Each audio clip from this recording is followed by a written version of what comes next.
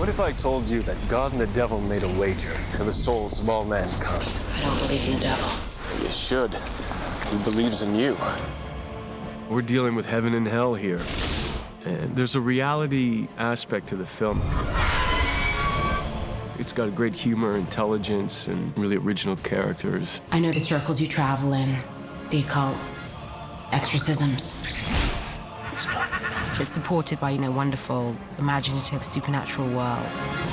A demon just attacked me right out in the open. It's really interesting. Look at good and evil. It hits you here and eases the audience in. And then once they're in, it's frightening.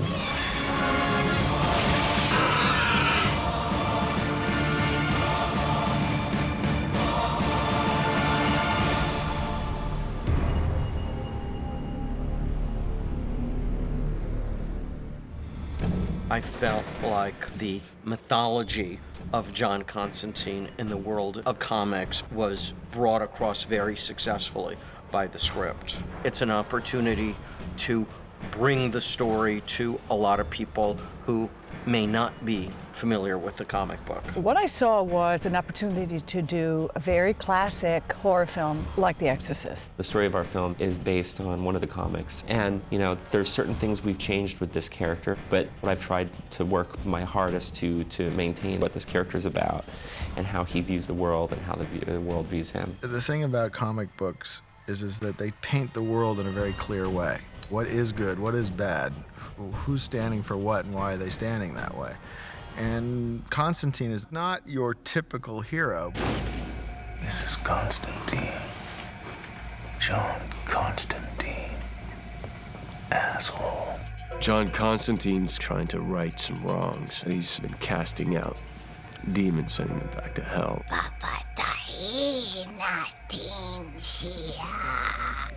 Sure.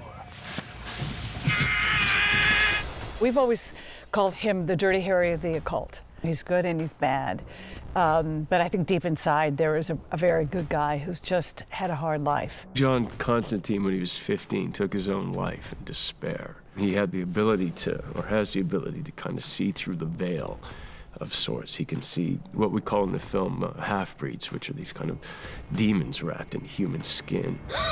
And it kind of disturbed him, and he kind of went to a place where he felt trapped and took his own life. And he went to hell for 2 minutes.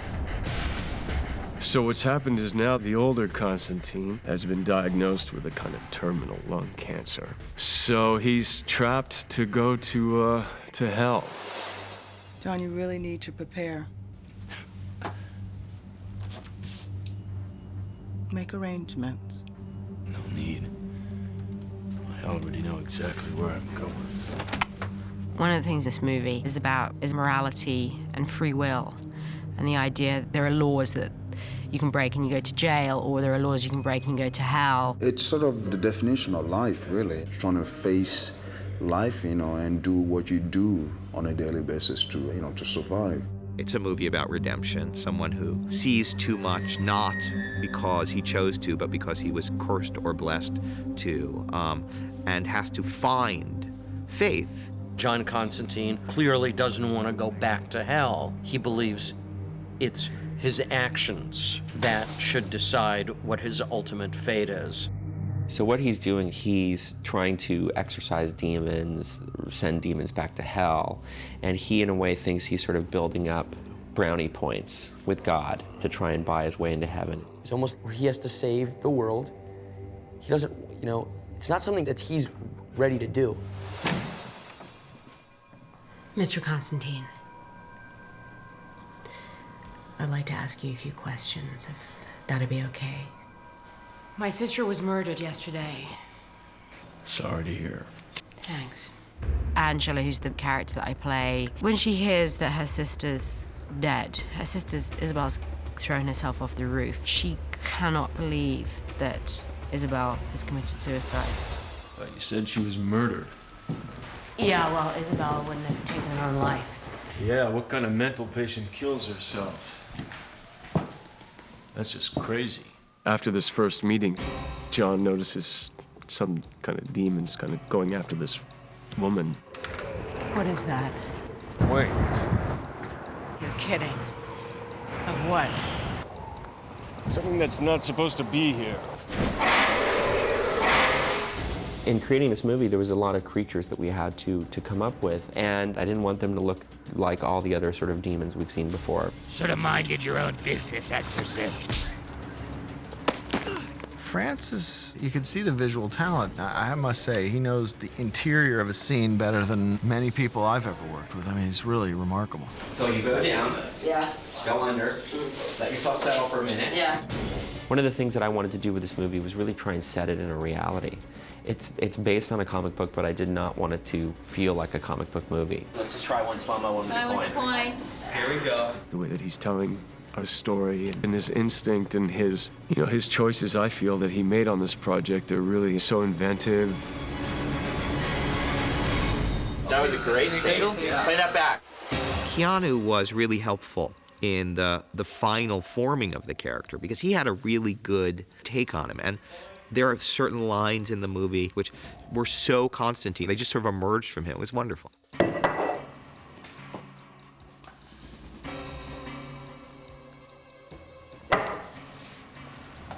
Welcome to my life. I love the character. I mean, he's really fun to play. It's great to be angry and, it's disappointed and funny. What was important was to pull forward the character story and cast the movie in its own unique way. Have you come here with relics to sell? No, but now I've been too busy. Perhaps peddling forgeries has ended up being bad for your health. Midnight, Jesus. Midnight, quite interesting. He's obviously at one point used to be a great friend to John Constantine. They were great partners, and he chose a different direction. Midnight's kind of gone his own way. He's running this kind of safe house for angels and half-breeds to let their horns out and their wings out, where they commingle with their old pals. And Midnight's helping Constantine on his kind of search for redemption. 200 souls passed through this wooden steel at Sing Sing. Cold. I decided to help him get to the other side of the world where, pretty much all the demons hang out. Sure about this? No. I had to sort of come up with these kind of original approaches to these different types of characters that we've seen in movies over and over and over again. Ever since the beginning, I wanted to cast Tilda Swinton as Gabriel. Gabriel is Constantine's intermediary with God, and he's the person who Constantine goes to just check if there is any chance that he might be able to get to heaven. And he's the person who, gently and with compassion, lets him down. You are going to die young because you smoked 30 cigarettes a day since you were 15. And you're going to go to hell because of the life you took. Gabriel wants everybody to get to heaven, but the road to hell is paved with good intentions. No. I'm with the guy you just... John! I'm just testing. Chaz is insanely intrigued by Constantine. He loves Constantine, wants to be Constantine, wants to be with Constantine, wants to do everything Constantine does. Chaz is always, can you tell me more? Can you tell me more? And John kind of keeps him away a little bit, but he knows that the world that this kid wants to enter, that looks so fascinating to him, is a very dangerous place.